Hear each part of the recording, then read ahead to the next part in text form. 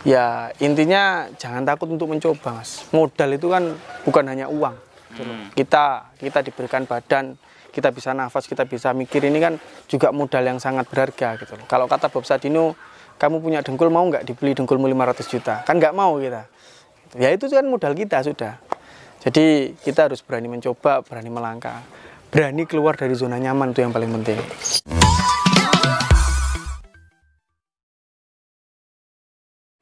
Oke, assalamualaikum warahmatullahi wabarakatuh. Selamat datang kembali di channel Pemuda Berdikari.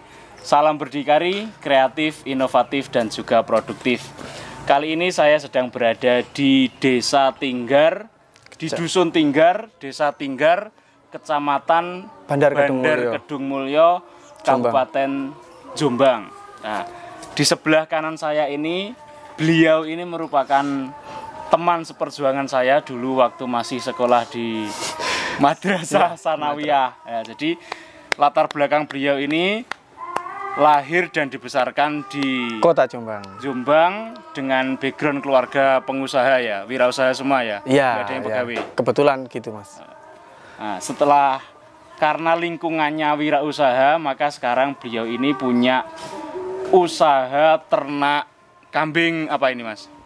Usaha ternak kambing, kalau orang-orang bilang sih etawa, tapi kalau saya bilang sih ini turunan ketiga lah mungkin. Peranaka. Iya, peranaka. PE berarti ya. Bawahnya PE lagi. Soalnya bawahnya PE. iya, tapi kalau di sini kelasnya sudah up karena untuk kambing ini aja, untuk kambing diternakan. Kalau kambing kontes kan harusnya lebih bagus lagi. Jadi PE ke atas lah. Ya, siap-siap. Gitu. Oh iya.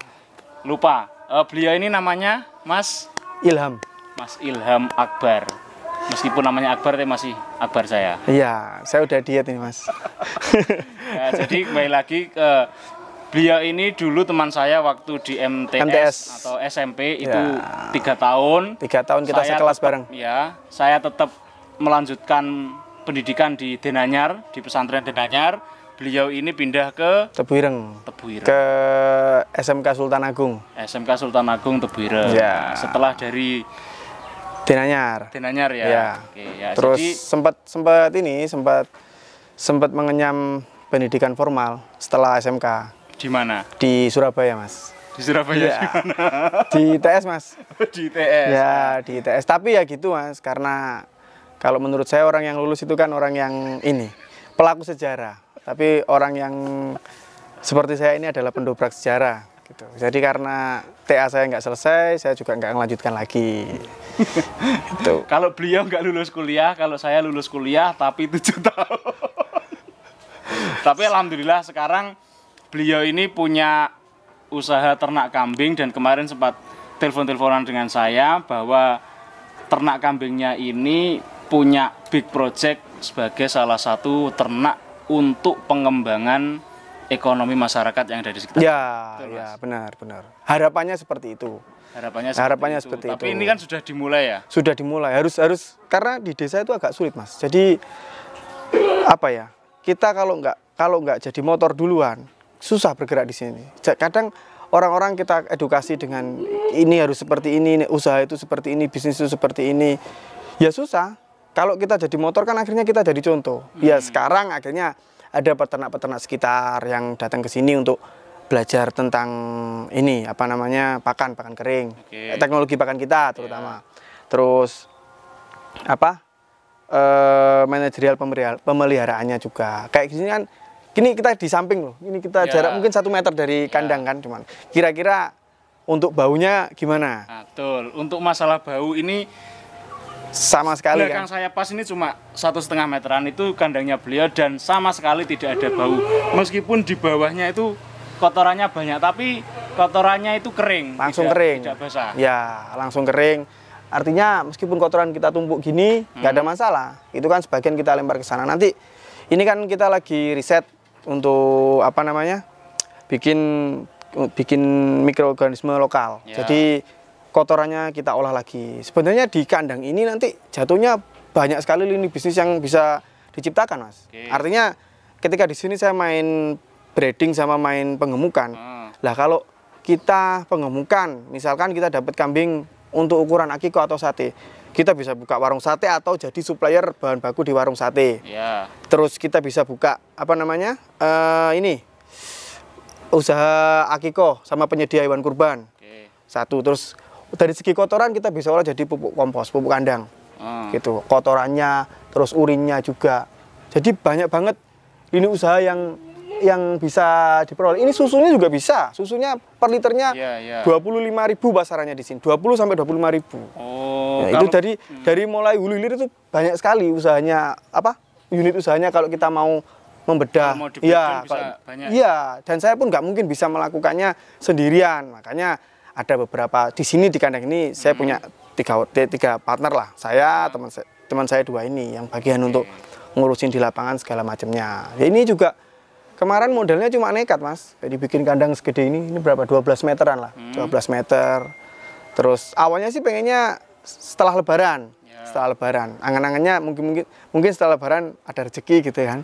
Ternyata Tuhan berkata lain. Akhirnya kemarin bulan 2 kita langsung kerjakan kandang. Ini dulu kebun, kalau orang sini bilang kebun suung. Dulu ini kebun suung. Kebun suung, benar. Ini ada bekas sumur tua, suung banget. Terus habis itu kita bersihin bareng-bareng sama teman-teman. Ya 2 orang ini, partner saya 2 orang ini yang mau kita belajar bareng. Akhirnya saya sama partner saya itu patungan gitu loh. Ada lahan kosong, terus bisa dipakai, kita patungan buat bikin kandang sama ngisinya. Harapannya kan kalau kita bikin usaha patungan kan cepet, Mas. Gitu. Jadi yang penting amanah tadi. Jadi antara satu dengan yang lain saling percaya, terus kita komunikasinya terbuka gitu. Kita juga di sini membuka sistem kemitraan, Mas. Jadi sistem kemitraan untuk warga sekitar atau siapapun kita buka untuk umum yang mau berinvestasi di sini, monggo silahkan dengan indukan perempuan aja. Jadi nanti selang ketika sudah beranak kita jual anakannya, induknya masih utuh. Nah, hasil penjualan itu baru kita bagi. Iya. Kalau di sini investasi di sini sekitar paling enggak 3 ekor kambing itu 12 juta. Itu dapat indukan super. Terus bagi hasilnya 65-35. 65 buat kita, 35 buat investor. Resiko kematian 30-70. 30 kita, 70 investor. Jadi sebelum ada masuk kandang sini kita SOP dulu kambingnya, seperti kita vaksin dulu segala macam. Jadi harus ada kriteria khusus lah dan jangka panjangnya. Gitu. Tentang kriteria khusus dalam kemitraan itu ya. Untuk lebih disarankan dari Mas Ilham sendiri itu menerima indukan atau menerima uang. Misalnya dengan indukan sekian, si cantik ya, dengan ini ya, dengan apa kemitraan tadi itu lebih enak kalau di kandangnya ini nerima cash atau menerima kambing tapi dengan spek-spek yang sudah ditentukan di sini. Kita pasrahkan pada investor. Investor mau cash atau apa namanya ngasih kambing ke kita. Tapi tentunya harus ada spesifik ini. Kambingnya harus seperti ini, paling enggak harus seperti ini, tinggi badannya sekian, panjangnya sekian, terus apa bahasa enaknya ngomong ya? Apa postur? Susunya itu loh, Mas. Oh ya. Nah, susunya itu harus kayak gini. Itu pengaruh banget. Sebagus apapun postur, kalau ketika dia untuk menyusuinya jelek, anaknya juga jelek. Artinya kan nggak cukup terpenuhi untuk kebutuhan susu si anaknya tadi gitu. Jadi kita pasrahkan, kalau mau ada uang cash kita datangkan dari mana kambingnya, silakan dipilih sendiri lah bahasanya gitu. Sama butuh dapat 3 kambing nih, duit 12 juta, ada 5 kambing dipilih, ya sudah itu yang kita ambil. Atau enggak ini ke kita, ini ada uang cash Mas, kita pasrah ke sampean ya. Kita ini kan, kita berusaha sejujur mungkin. Kita ajak, kalau perlu kita ajak ke tempat kita beli bibitan kambingnya itu tadi. Gitu. Jadi siap. untuk bicara keuntungan kita nggak berharap banyak, Mas. Ini kan baru kita mulai juga. Jadi kalau bahasanya sih yang penting ada yang mau ikut dulu. Mau ikut belajar aja dulu. Mau ikut tapi tidak asal ikut. Iya, harus belajar. Harus belajar gitu. Jadi nggak, kalau di sini kan biasanya gini. Aku melihara kambingnya Masnya gitu ya. Terus sudah cukup bagiku, wes ini tak kembalikan ke kamu lagi. Aku ngambil anakannya tok gitu loh. Kan itu kayaknya karena pengalaman saya dulu juga seperti itu, teman-teman saya dulu juga gitu. Lah terus gimana caranya kita bikin itu? Ya udah kita bagi uangnya. Induknya biarkan tetap di sini, anaknya kita jual gitu. Kalau gitu kan si investor bikin, udah Mas, belikan kambing lagi. Ya nggak masalah kita belikan kambing lagi. Kalau sebenarnya satu pun bisa, di angka mungkin 3,5-an lah, 3,5 sampai 4 juta. Tapi kan hasilnya lebih berasa kalau 3 ekor gitu loh Mas. Paling enggak anggaplah 3 ekor masing-masing induk beranak 2 dan cowok semua, sudah Mas. Tinggal ngalikan aja kan nanti. Anggaplah jelek-jelek kan 3 juta lah, 3 juta kali 3 kan 9 juta udah. Ya, kenapa toh kok harus usaha itu apa ya? Kenapa harus bisa memberdayakan masyarakat? Padahal ya mohon maaf karena biasanya kalau dikelola bersama-sama atau kongsi atau apapun itu pasti kan ada resiko-resiko selek antara pembagian nanti keuntungan dan lain-lain seperti itu. Itu maksudnya kenapa kok memilih ternak kambing ini dijadikan usaha untuk pemberdayaan? Kenapa kok ya udah dikelola sendiri, cuan-cuan sendiri, kenapa kok harus ini ajak-ajak orang lain, kenapa?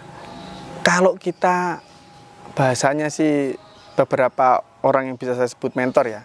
Kalau saya kaya sendiri itu hal yang biasa gitu loh. Tapi kalau kita kaya berjamaah, ya kita bisa bayangkan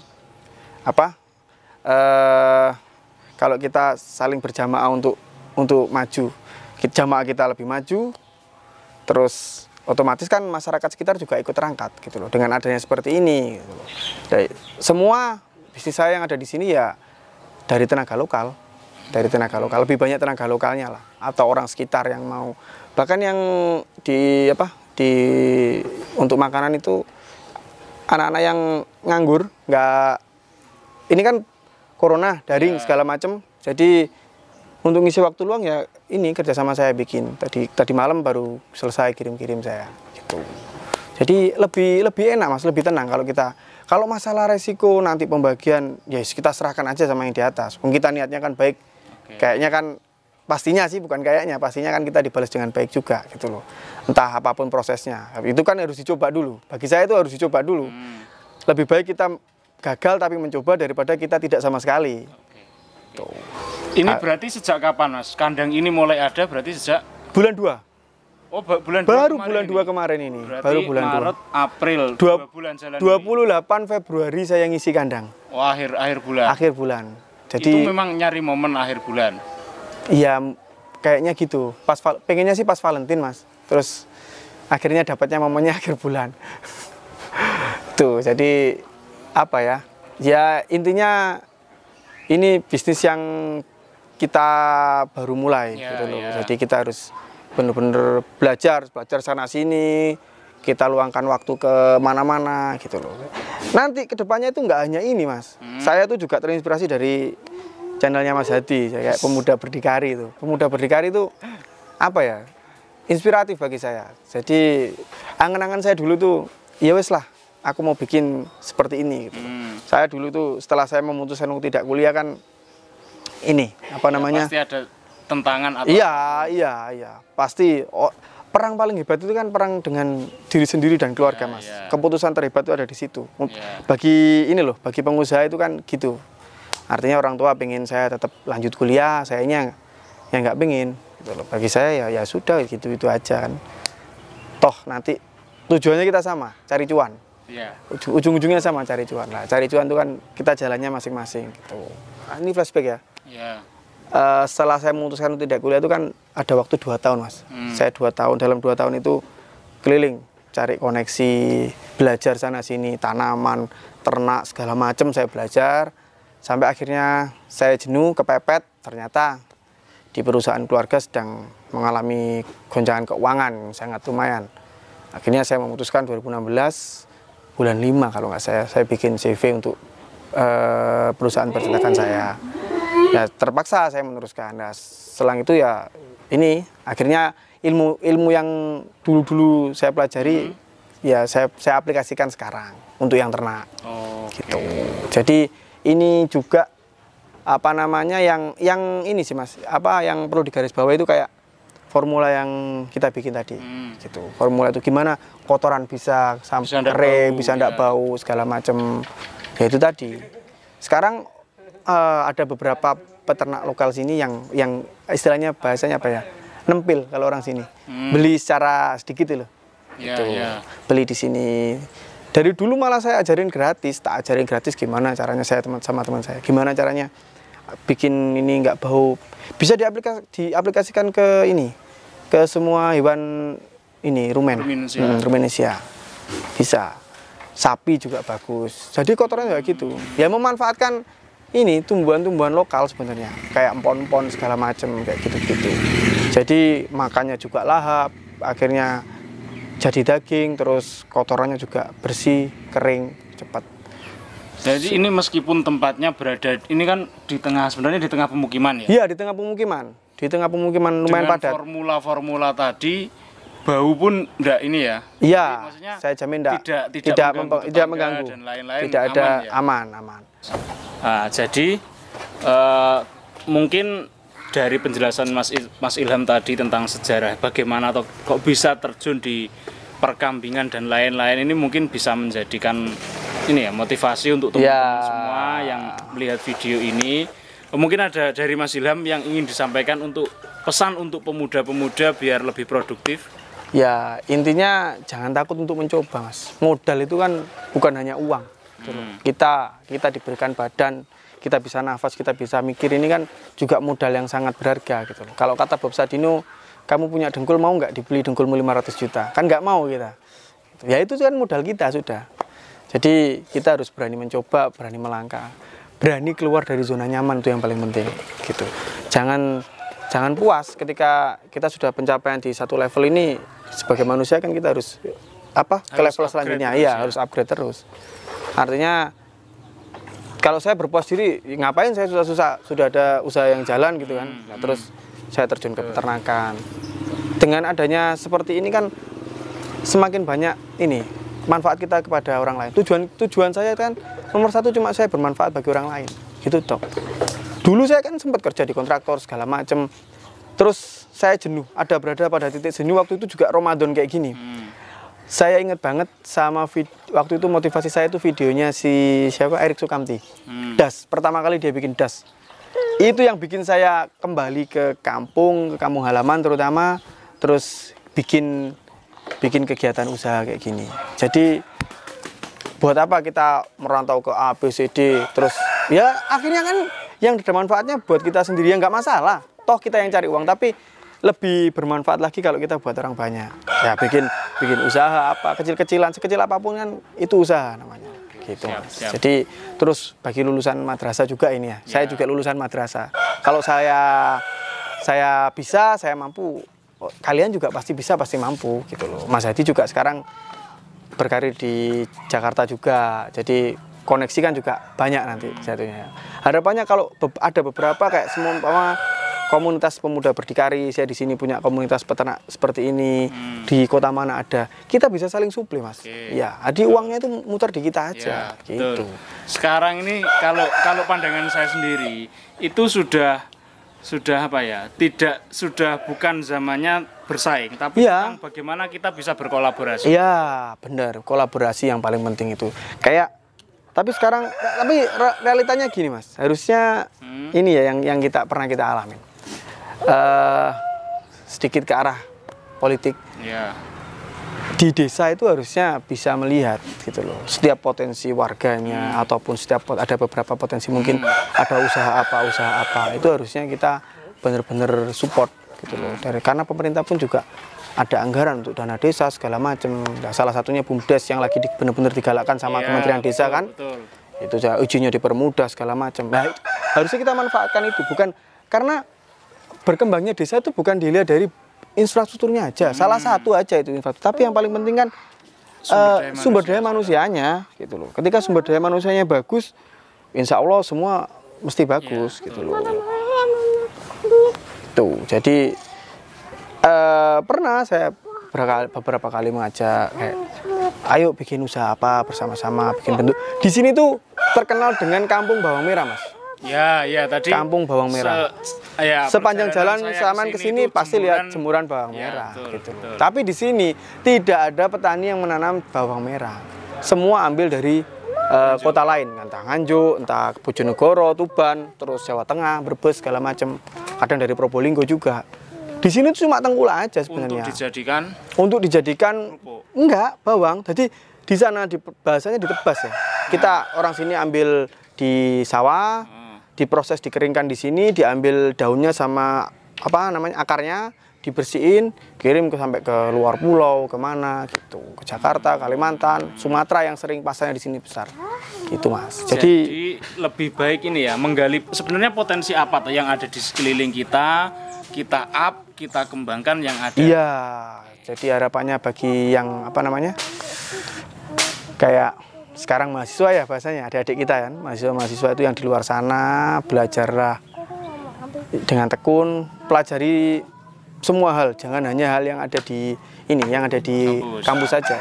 Banyak hal di luar kampus yang kita pakai untuk kehidupan kita sehari-hari gitu. Jadi nggak menutup kemungkinan setelah lulus pengen pemberdayaan apa, kita kembali lagi ke tanah kelahiran kita gitu loh. Kita kan ada suatu kebanggaan tersendiri Mas. Kalau kita sudah melalang buana kemana-mana, kita kembali ke kampung halaman, terus membuat suatu komunitas atau usaha atau segala macam yang manfaatnya bisa dirasakan orang banyak, itu kan kepuasan batin. Itu yang nggak bisa dinilai.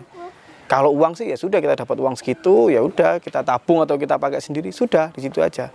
Tapi kalau kita ada kepuasan batin, wah itu luar biasa sekali Mas. Itu yang saya rasakan sih Mas. Jadi ketenangan, ternyata benar kata Arief Sukamti, daerahmu nggak akan berkembang kalau kamu juga nggak ikut nimbrung di situ, gitu. Saya salut banget sama si Mas Erik itu. Pengen ketemu Mas sebenarnya, pengen sharing-sharing. Sekarang dia kan juga fokus di pengembangan di daerah Jogja sana, gitu loh. Jadi yang kita perlu perhatikan sih untuk teman-teman yang muda-muda, jangan takut untuk mencoba. Modal bukan hanya uang, itu aja sih. Koneksi terutama, koneksi. Artinya saya dengan supplier saya di usaha-usaha saya kan juga ada koneksi. Dengan kita diberi kelonggaran, pelonggaran pembayaran gitu aja, mundur bayar atau termin berapa, itu kan udah modal banget buat kita, gitu loh. Betul.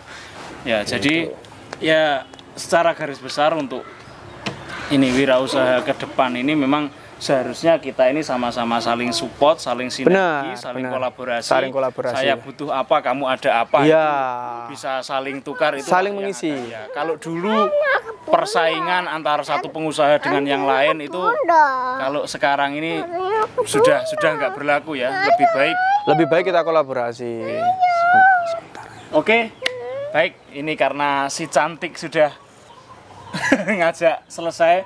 Jadi semoga apa yang kita obrolkan tadi tentang wirausaha, tentang pemberdayaan masyarakat, tentang permodalan dan lain-lain, itu bisa menjadikan motivasi untuk kita semua dan juga bisa memberikan manfaat. Amin. Para penonton, viewer channel Pemuda Berdikari. Ya, mudah-mudahan banyak memotivasi orang-orang di luar sana Mas. Jadi nanti kedepannya kalau jangan kaget nanti saya bikin apa-apa saya kabarin lagi. Karena kita nggak boleh stuck aja di situ. Gitu. Terima kasih untuk Mas Ilham telah sama-sama sudah terima kasih juga waktunya di sela-sela kesibukan peternakannya. Ya, semoga silaturahim kita juga masih tetap terjaga. Amin. Yang penting itu. Ya. Oke.